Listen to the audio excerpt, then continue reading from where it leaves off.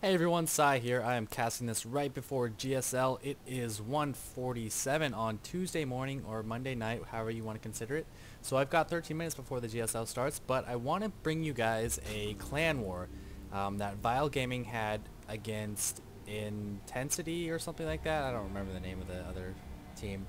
I'll put it in the description. But it is a 5-on-5 format, Pokemon style is what the casters were calling it. Basically, each team gets 5 players, and when one player loses, that player is knocked out, and then the winner from the other team plays the next player from the team. So theoretically, the first player to win could beat like all 5 of the opponent's teams. It's like Pokemon. So if JiYan beats Crixus, Crixus would be knocked out, and JiYan would play the next player, and so on. So it can go very long in these types of formats, or it can just go 5-0. One player could knock out the entire opposing team. It's really cool. It's a fun little elimination style matchup. It's not really as foolproof as like a best 2 out of 3 series is, as far as, you know, proving skill, but it's a lot of fun to play. And this is Vile Gaming's JiYan as the toss in the green position, and somebody's Crixus as the red Zerg in the western position. The map, of course, is Metalopolis. So I'm going to be casting this entire clan war, and I am playing for Vile Gaming. That is my team, and we will see if I show up in it and how well I do if I do end up playing. So we already got a pro block, or a pylon block. I like this a lot, and I didn't mention it, but Crixus actually went 10 pool. So 10 pool, I don't know, I think he's trying to follow like some Team Liquid economic build where you get a really fast queen and allows you to pump out a lot of drones, but I've never seen any pros use a 10 pool. I wouldn't recommend it without knowing more about it. I don't know, maybe he's practiced it a lot, but 10 pool, you know, it is good for fighting off early aggression, and I guess the way he's done it, it's not too economically stunting, so we'll see if it works out. JiYan with a standard gateway here, and a simulator going up a bit late. Usually you get your simulator while your gateway is coming, so we might be seeing some more zealot aggression just because of that. Yeah, we are seeing a couple zealots chrono boosting and a second zealot, so early zealot aggression. I like this a lot. And this pylon is being taken down by these little Lings. Queen just now coming out, and if we look at the production tab, second zealot almost ready. This drone is going to skitter away and live another day. That rhymes, hey. And yeah, he's going to want to throw down an expansion. These positions are very close, so these early zealots might force a lot of Lings. He can't even kill that pylon, man. He only has 2 Lings, now producing 4. Yeah, just 2 Lings, 17 drones. And he's actually going to be able to hold this ramp. I would like to see JiYan get, once he gets 1 more zealot, he has 2 right here, just block out this ramp. Just block it with 3 zealots, and just force the Zerg player to take so long to expand. Now he's really struggling to kill that pylon. He does kill the pylon, but loses some Lings, so he can't bring a drone down there anyway, so I don't know why he would sacrifice 2 Lings to kill a pylon when he has nothing to expand there with. So that was kind of weird. Not so sure about that. He is researching Ling speed. Meanwhile, JiYan is chrono boosting warp gates. Oh, he's moving up with his zealots. A lot of Lings here, though. 4 more coming out, and a queen. I don't like this maneuver. He overcommitted himself. He's not even against the wall. All of the zealots are getting individually surrounded. Like, if you're going to move in with 3 zealots, at least do it at a choke. Do it up against a wall.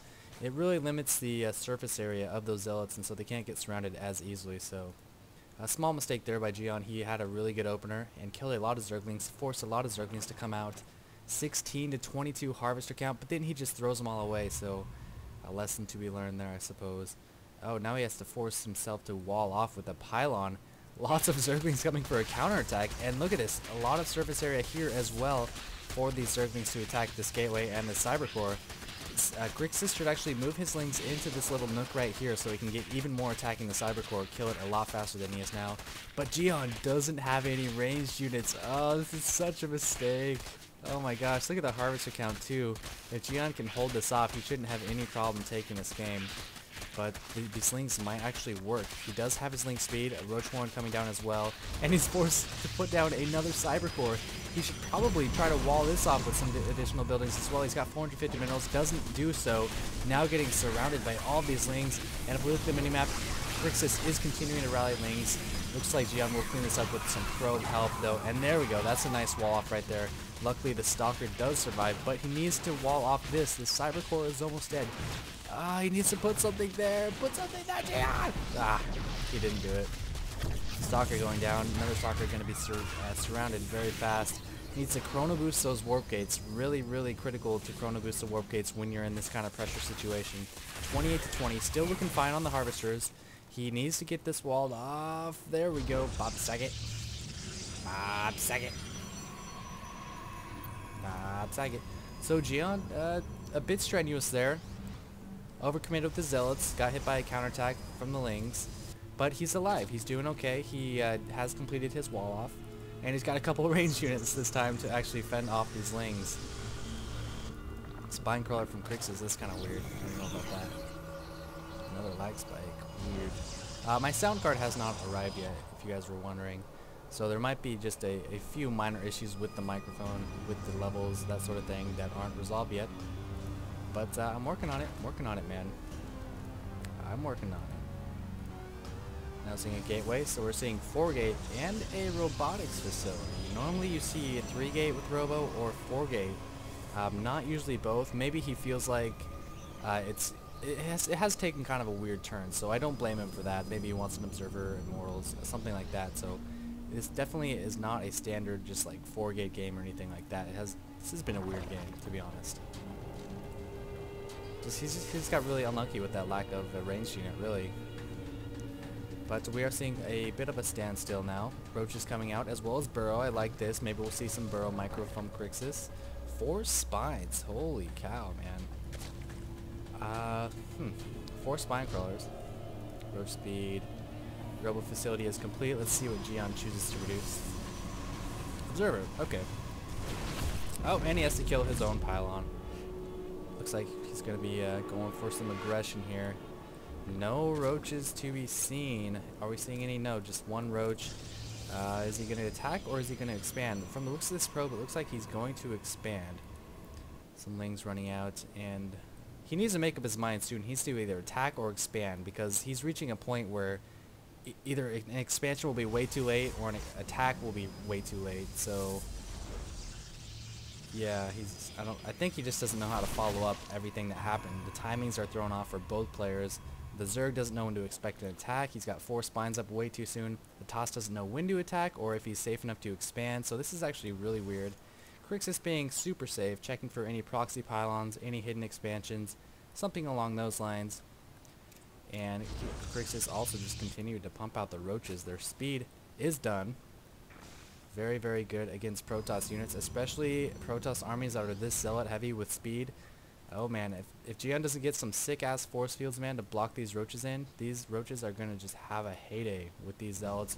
Looks like he is going to move out 10 zealots. If we look at the units tab, 10 zealots, 7 stalkers, 3 sentries against 16 roaches, and 7 zerglings. So we've got a fairly even army composition here, but if JiYan does engage at these spines, it's not even going to be close. So yeah, looks like he's just putting on some fake pressure here. 33 to 33 harvester count. At this point in the game, it's usually when Zerg starts catching up, so the harvester count there doesn't surprise me too much. Crixus now moving out with his speed roaches and speedlings. Is JiYan going to be ready for this? He needs to put the stalkers in the back, zealots in the front, and needs to block the roaches in, either cut them in half or block them in so they can't run from the zealots. We'll see what he chooses to do here. 2 guardian shields going up, maybe only needed 1. Yeah, he's going to, well, not the best contain with the force fields, but it looks like it'll work. Nice burrows from Crixus, and this observer is not well placed. He can't really expect that burrow to be there, so you can't blame him too much. Would have been nice to have a second observer though, and these roaches are just going to heal up, wait for reinforcements, go in when the force fields are not up, and now this is not looking good for JiYan. He needs to micro these stalkers, try to get behind the mineral patches, mess up the roaches pathing as much as he can. It doesn't look like it's going to happen. He's getting overrun by these roaches.